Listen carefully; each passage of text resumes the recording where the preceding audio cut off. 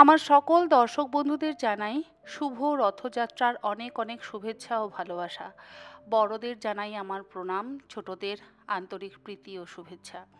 আর শ্রী শ্রী জগন্নাথ দেবকে স্মরণ করে আজকে আমি আপনার সাথে আবারও খাজার রেসিপিটি শেয়ার করছি।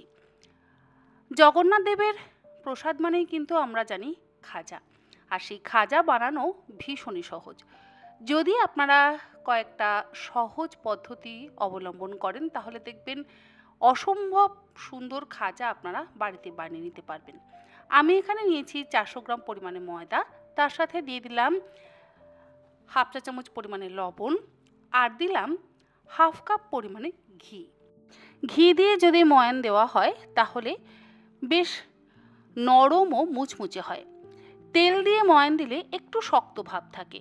আর ঘি দিয়ে যদি ময়ান দিয়ে আপনারা খাজাগুলোকে বানান তাহলে 3 থেকে 4 মাস বা তার বেশি সময় ধরে কিন্তু সংরক্ষণ করে রাখতে পারবেন।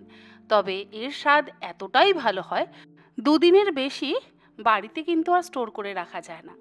যাই হোক, আমি লবণ আর ঘি দিয়ে খুব ভালো করে ময়দাটাকে মেখে নিলাম, মানে ময়ানটা দিয়ে নিলাম।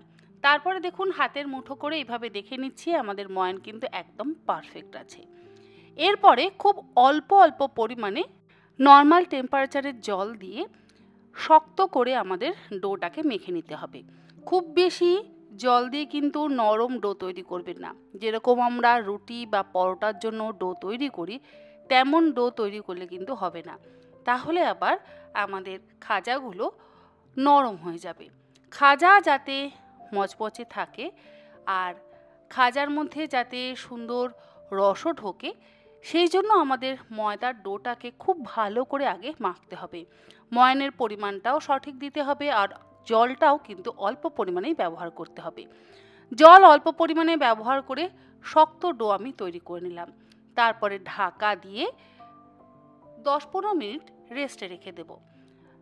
ডোটা সেট হতে হতে আমি চিনির রস বা চাশনি বা শিরাটা তৈরি করে নেব। চিনির রস বা চাশনি বা শিরা তৈরি করবার জন্য আমি কড়াইতে দিয়ে দিলাম 1 কাপ পরিমাণে চিনি, তার সাথে দিয়ে দিলাম 1/3 কাপ পরিমাণে জল। গ্যাসের ফ্লেমটাকে হাইতে করে নিয়ে চিনিটাকে মেল্ট হতে দেব।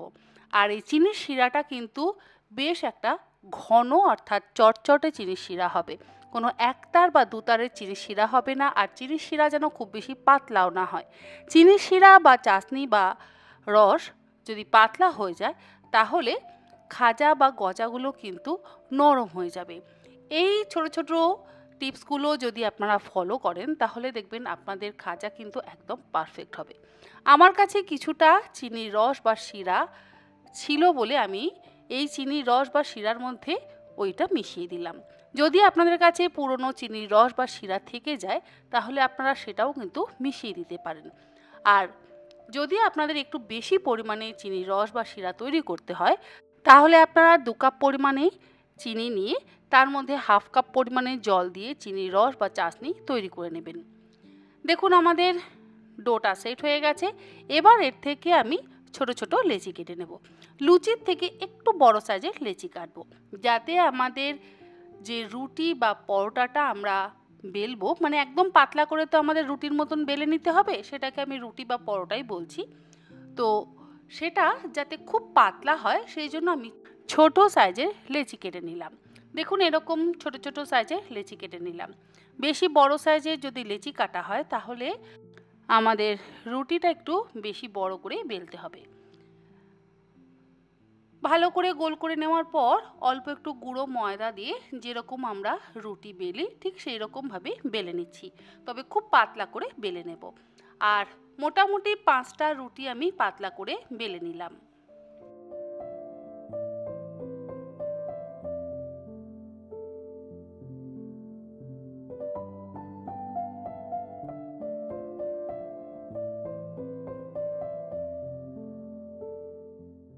রুটিগুলো পাতলা করে বেলা হয়ে গেলে এবারে লেয়ার তৈরি করব।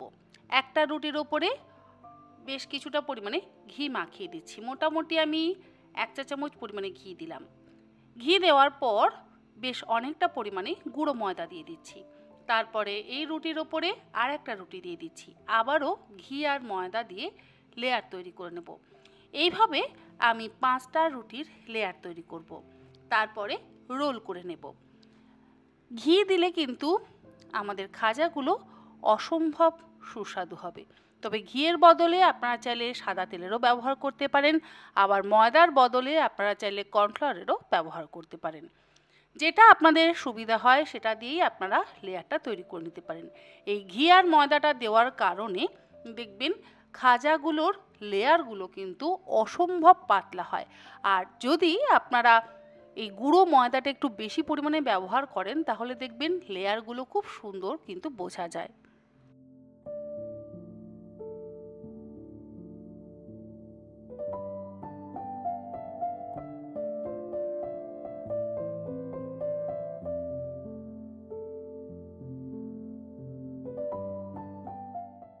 রোল করে নেওয়া হয়ে যাওয়ার পর প্রথমে আমি মাঝখান থেকে কেটে নিচ্ছি। মাঝখান থেকে কেটে নিয়ে এইবারে খুব বেশি পাতলা করব না, আবার খুব বেশি মোটাও করব না। আর দেখুন লেয়ারটা কেমন তৈরি হচ্ছে, ভীষণ সুন্দর কিন্তু লেয়ার তৈরি হচ্ছে। মোটামুটি 1/2 ইঞ্চি করে আমি কেটে নিচ্ছি। চাইলে আপনারা আরেকটু মোটা করেও কাটতে পারেন, তবে আমার মনে হয় না খুব বেশি মোটা করে কাটবার প্রয়োজন আছে। বেশি মোটা করে যদি আবার কাটা হয় তাহলে খাজাগুলোর লেয়ারগুলো অনেক সময় দেখা যায় খুলে যায়। দেখুন এরকম করে আমি কেটে নিয়েছি। এবারে হাত দিয়ে চেপে নিচ্ছি। চেপে দেওয়ার পর তারপরে রোলিং পিন দিয়ে বেলে নেব। রোলিং পিন দিয়ে যদি না বেলা হয় তাহলে কিন্তু আমাদের খাজার পারফেক্ট শেপ আসবে না। একটু চেপেই আপনারা বেলবেন, তাহলে দেখবেন খুলে যাওয়ার সম্ভাবনা কিন্তু থাকে না।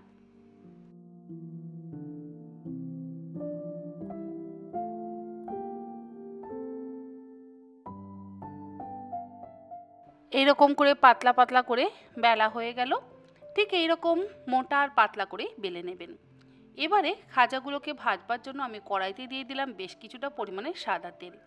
তেলটা গরম হয়ে গেলে এবারে একটা একটা করে বেলে নেওয়া খাজা গরম তেলের মধ্যে দিয়ে গ্যাসের ফ্লেমটাকে মিডিয়ামে রেখে গোল্ডেন ব্রাউন করে ভেজে তুলে নেব। আর যখন আপনারা তেলের মধ্যে দেবেন সেই তেলটা কিন্তু খুব যে গরম করে নিতে হবে, মানে ধোঁয়া ওঠা যে গরম করতে হবে তা কিন্তু একেবারেই নয়। ধোঁয়া ওঠা গরম থাকলে অনেক সময় কি হয়, এই খাজাগুলো কেমন যেন একটা পোড়া পোড়া হয়ে যায়। তাই তেলটা হালকা গরম হয়ে গেলেই কিন্তু আপনারা বেলে নেওয়া খাজাগুলোকে তেলের মধ্যে ছেড়ে দিতে পারেন। দেখুন আমার প্রথম ব্যাচের খাজা গোল্ডেন ব্রাউন করে ভাজা হয়ে গেছে। তুলে একটা আমি স্ট্রেনারের মধ্যে রেখে দিচ্ছি। আর এই গরম খাজা মানে ভাজার সাথে সাথেই কিন্তু আমি রসের মধ্যে দেব না, কিছুক্ষণ রেখে ঠান্ডা করে নেব। ঠান্ডা হয়ে গেলে তারপরে আমরা রসের মধ্যে দেব। আর রসটাও কিন্তু গরম নেই, হালকা গরম রসের মধ্যে আমরা খাজাগুলোকে ডুবিয়ে নেব। খাজার লেয়ারগুলো দেখুন কতটা সুন্দর হয়েছে, আর দেখতে লাগছে না একদম দোকানের মতন। আমি তো বলবো দোকানের থেকেও ভালো খাজা কিন্তু আপনারা ঘরে অবশ্যই তৈরি করে নিতে পারবেন যদি আমার এই টিপসগুলোকে আপনারা ফলো করেন। আর অবশ্যই একটু ঘিয়ের ব্যবহার করবেন, তাহলে দেখবেন খাজা অসম্ভব ভালো হবে। দেখুন আমাদের খাজা রস থেকে আমরা তুলে রেখে দিচ্ছি। এই একই রকমভাবে সমস্ত খাজা আমরা রসের মধ্যে ডুবিয়ে থালার মধ্যে রেখে দেব। আশা করি আমার আজকের এই মুচমুচে খাজার রেসিপি আপনাদের ভালো লাগলো। ভালো লাগলে আপনারা এই রকমভাবে এবারও বাড়িতে খাজা বানিয়ে নিন। আমার মনে হয় আপনাদের সকলেরই ভালো লাগবে। আজ তাহলে এই পর্যন্ত। আগামীকাল আবারও হাজির হয়ে যাব নতুন কোনো রেসিপি নিয়ে। আপনারা সকলে ভালো থাকবেন, সুস্থ থাকবেন। ধন্যবাদ।